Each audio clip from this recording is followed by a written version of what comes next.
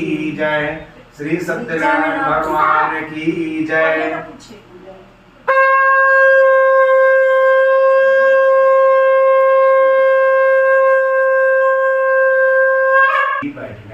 बैठे हुए सूत जी ने शौनकादिक मुनियों को नमस्कार कर हाथ जोड़कर कहा कि हे महर्षि, हे सर्वज्ञ सूत जी, इस कली काल में मनुष्यों को हरि भक्ति किस उपाय से हो, हे भगवान वह कहिए, क्योंकि कली काल में सब प्राणी पाप के समान है। संसार में ज्ञानी होकर जो दूसरों को ज्ञान नहीं देता, उस पर ज्ञान रूपी परमेश्वर प्रसन्न नहीं होते। जो पुरुष रत्न रूपी ज्ञान को दूसरों को संतोष देते हैं, उन्हें मनुष्य रूप धारण किए नारायण ही जाने। हे महामते, ऐसा कौन व्रत है जिसके करने से मनवांछित फल की प्राप्ति हो? यह हम लोग की सुनने की इच्छा है। यदि आपकी इच्छा है तो कहिए।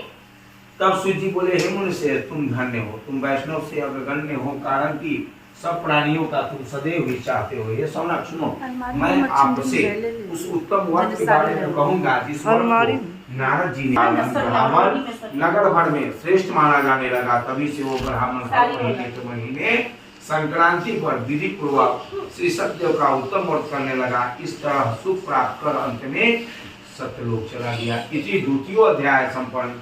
प्रेम से बोलिए वृंदावन बिहारी लाल की जय। श्री सत्यनारायण भगवान की जय। जब आप कथा शांति से सुनिएगा ना, तो हम बहुत प्रेम से कहेंगे। अगर आप लोगों ने बतियाइएगा तो हम 5 मिनट में कह देंगे। शांति पूजा का ही नहीं कि पंडित जी मंत्र बोले है ना।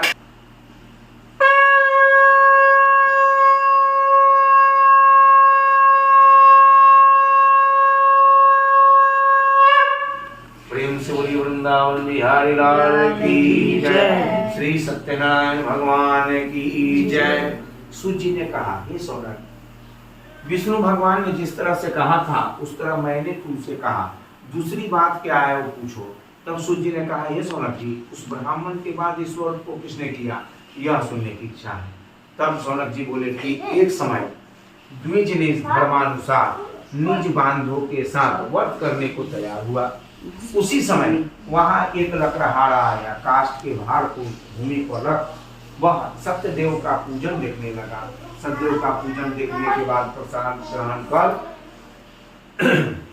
लकड़ी के काष्ठ को सिर पर रखा। जिस नगर में धनी लोग रहते थे उस नगर को गया। उस दिन लकड़हारे को दूना घर प्राप्त हुआ। वह अत्यंत प्रसन्न होकर सुंदर केले के फल, शक्कर, दूध, गेहूं का चूर्ण सबको सवाई लगाकर घर में आकर भाई बंधुओं को बुलाकर सत्यदेव का